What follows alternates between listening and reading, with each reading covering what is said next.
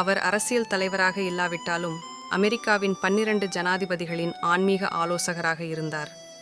மனிதர்களை ஒருபோதும் வேறுபடுத்தி பார்க்காதவர். நீங்கள் கூட்டத்தை இனப்படுத்தினால் நான் பிரசங்கிக்க மாட்டேன் என்று அவர் பொதுவில் அறிவித்தார். இதனால் அவர் இனத்தடைகளை உடைத்தார். 1957 நடத்திய நியூயார்க் எழுச்சி கூட்டத்தில் 2 மில்லியனுக்கும் மேற்பட்டோர் பங்கேற்றனர். 1950ஆம் ஆண்டு அவர் நிறுவிய பில்லி Graham evangelistic association BGEA radio நிகழ்ச்சிகள், கிறிஸ்தவ திரைப்படங்கள், மாகசின்கள் வழியாக சுவிசேஷத்தை உலகம் முழுவதும் கொண்டு சென்றது.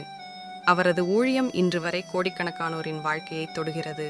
வயது அதிகரித்த போதும் அவருடைய உள்ளத்தின் தீ குறையவில்லை. 2005 நடந்த அவரது இறுதி எழுச்சி கூட்டத்திலும் அவர் அதே உற்சாகத்தோடு பிரசங்கித்தார். அவர் வாழ்க்கை புகழுக்காக அல்ல, கீழ்ப்படிதலுக்காக. அவர் உண்மையை பேசினார், சுவிசேஷத்தை அறிவித்தார், மக்களை கிறிஸ்துவின் பக்கம் திருப்பினார். 99 வயதில் பில்லி கிரஹாம் அமைதியாக தேவனடியில் சேர்ந்தார். அவர் மறைந்த போதும் அவரது ஊழியம் நிற்கவில்லை.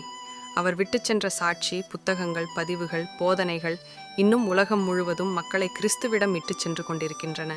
ஒரு சாதாரண பால் பண்ணை சிறுவனை தேவன் எடுத்து தேசங்களையும் தலைமுறைகளையும் குலுக்கிய பிரசங்கியாக மாற்றினார். பில்லி கிரஹாமின் வாழ்க்கை நமக்கு ஒரு உண்மையை கற்பிக்கிறது. ஒரு மனிதன் தன்னை முழுமையாக தேவனிடம் ஒப்படைத்தால் தேவன் அவரது வாழ்க்கையை அற்புதமாக பயன்படுத்துவார்.